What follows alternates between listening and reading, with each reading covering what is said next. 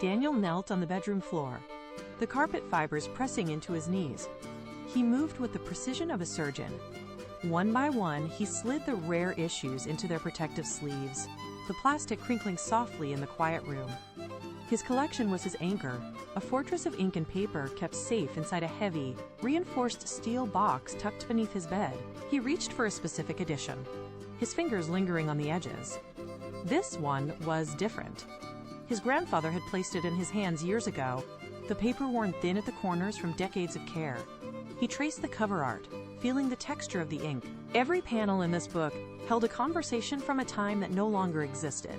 He did not just own these pages, he guarded them. He checked the seal on the sleeve twice, ensuring no dust could touch the surface.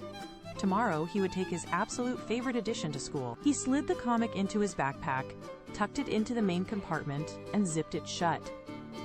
The room felt smaller, the box beneath the bed waiting for his return. Monday morning air in the classroom smelled of chalk dust and floor wax. Daniel dropped his backpack onto the desk with a heavy thud. He unzipped the main compartment, reached inside, and pulled out the comic. He laid it flat on the wood. The bell rang, a sharp, metallic sound that cut through the chatter. A group of students gravitated toward his desk. Daniel flipped the pages, his finger tracing the dialogue bubbles as he explained the plot. He did not notice the boy in the back row at first. Kevin sat alone, his chair pulled slightly away from the others. He leaned forward, his elbows digging into the desk, his gaze locked onto the pages under Daniel's hand. Kevin watched every movement, his eyes tracking the ink as if he were memorizing the lines. He did not speak. The group laughed at a panel, but Kevin remained still, his eyes never leaving the comic. The gap between them was a wall of quiet, hungry observation. The lunch bell shrieked, a high-pitched signal that sent the students scrambling toward the exit. Daniel stood up, his chair clattering back against the wall. He left his desk in a blur of motion, caught up in the sudden rush to reach the playground for the game of tag. The classroom door swung shut, leaving the rows of desks in a sudden, heavy stillness. Minutes later, the bell rang again, signaling the end of the break. Daniel pushed through the door, breathless and still laughing from the game. He walked to his desk, ready to settle back into his seat. He stopped. The desk surface was bare. The comic was gone. His heart hammered against his ribs, a frantic, rhythmic thudding. He dropped his bag to the floor and fell to his knees. His hands plunged into the main compartment, shoving notebooks and folders aside. In a violent, uncoordinated search, he pulled out his pencil case, dumped the contents, and checked the side pockets. He stood up and tipped his chair over, scanning the floor beneath the wood. He checked the neighboring desks, his fingers brushing the cold metal legs. Nothing. The space where the comic had rested was empty. The silence in the room began to fray. A girl in the front row leaned over to her neighbor, her lips moving in a quick, jagged rhythm. Her eyes darted toward the back of the classroom. Daniel stood frozen, his hands still gripping the edges of his empty desk. The murmurs grew, a low-frequency hum that seemed to vibrate against the walls. He heard his name, then a sharp, sibilant sound. A classmate stood up, turned, and extended a finger, pointing directly toward the back row. Kevin was staring at it like he wanted to steal it. The voice cut through the air. The words hit Daniel like a physical blow. He turned his head slowly. The entire room seemed to tilt, the desks becoming a corridor of judging eyes. Every student had stopped their work. They were watching him, waiting for a reaction. Daniel felt the heat rise from his chest, a sudden, sharp pressure that made his skin prickle. Daniel took a step, his boots hitting the floor with a hollow, deliberate sound. The whispers reached a crescendo, then snapped into a suffocating, expectant quiet. Daniel crossed the floor in 3 long strides, his eyes locked on the boy in the back row. He did not stop until he was standing directly over the desk.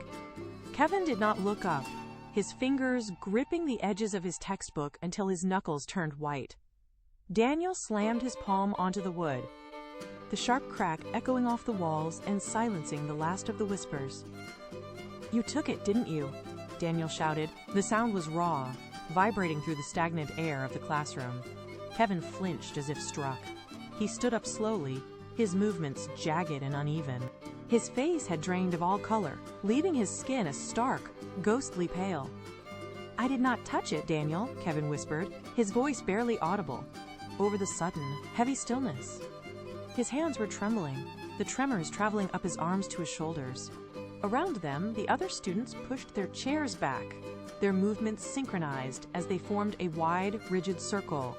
They did not speak, they only watched. Kevin looked around the ring of faces, then back down at his desk, his posture collapsing inward.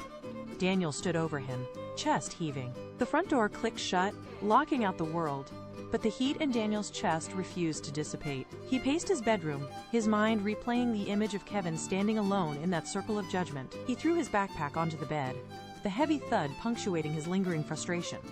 He needed to finish his history assignment. He unzipped the main compartment, his fingers diving deep into the dark fabric to pull out his notebook. His hand brushed against something smooth, cold, and unmistakably rigid. He paused. His breath hitched as he pulled his hand back. His fingertips traced the familiar edge of a plastic sleeve. He dragged the object into the light. The comic book stared back at him. He had packed it himself in the morning rush, a thoughtless act that had now ruined a boy's reputation. He saw Kevin's pale, trembling face in his mind, and the memory of his own shouting voice turned his stomach into a knot of regret. The morning air in the classroom felt thick, almost impossible to breathe. Every desk was occupied, yet the room was devoid of its usual hum of conversation. Kevin sat by the window, his gaze fixed on the shifting clouds outside, his body angled away from the rest of the room. Daniel stood at the doorway, his feet feeling like lead. He took a step, then another, the sound of his shoes against the floorboards echoing like thunder in the unnatural quiet. Each stride felt like a confession. He passed the rows of desks, feeling the eyes of his classmates tracking his movement, their gazes heavy with curiosity and judgment. He did not look at them. He kept his focus entirely on the boy by the window. When he reached the back row, he stopped. The distance between them felt vast, a chasm he had created with a single, reckless shout. He planted his feet, gripping the edge of his own bag to keep his hands from shaking. He looked at the back of Kevin's head, then cleared his throat. The sound was sharp, cutting through the stagnant atmosphere. He took a deep, steadying breath, feeling the pulse in his neck. He was ready to undo the damage, to strip away the false narrative he had forced upon the room. Daniel stood tall, his voice steady as he addressed the room. I accused Kevin unfairly. The comic was in my bag the whole time. The words hung in the air, stripping away the tension that had gripped the classroom for 24 hours. He turned to face Kevin, who had slowly looked up from his desk. Kevin's eyes were wide, searching Daniel's face for any sign of a trick, but finding only raw, exposed truth. Daniel bowed his head, his posture rigid with the weight of his regret. I am truly sorry for what I did. A profound silence stretched between them, thick and heavy, as if the entire room were holding its breath. Then, the shift happened. Kevin's shoulders, previously hunched in defense, dropped. The tightness around his eyes vanished, replaced by a soft, genuine smile that reached his lips. It is okay, Kevin replied, his voice barely a whisper, yet it carried clearly across the quiet rows. The collective exhale of the class was audible. The judgment that had isolated Kevin evaporated, leaving behind a space that felt lighter. Daniel exhaled, the knot in his chest loosening. The dynamic in the classroom did not just return to normal, it evolved. The whispers that once defined the space were replaced by the quiet rustle of pages turning. Daniel began bringing extra issues from his collection, placing them on the desk between them during every break. They sat side by side, heads bent low, tracing the ink lines of the stories together. Kevin no longer sat by the window in isolation, and the other students stopped watching with judgment, instead pulling their own chairs closer to join the circle. Daniel watched the way Kevin's fingers moved across the panels, careful and reverent, and he realized how close he had come to destroying this simple, quiet joy. He kept the memory of that morning's apology as a physical anchor. Whenever he felt the urge to jump to a conclusion or speak without knowing the full truth, he felt the phantom weight of that stone in his chest. He learned that a reckless word carries the force of a physical blow, and once released, it cannot be easily recalled. The comics were just paper and ink, but the trust they built was solid.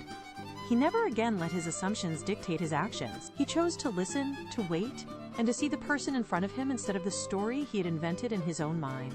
The classroom remained a place of learning, but for Daniel, the most important lesson was the one he had taught himself: to lead with kindness, to question his own certainty, and to value the people around him far more than any collection he could ever own.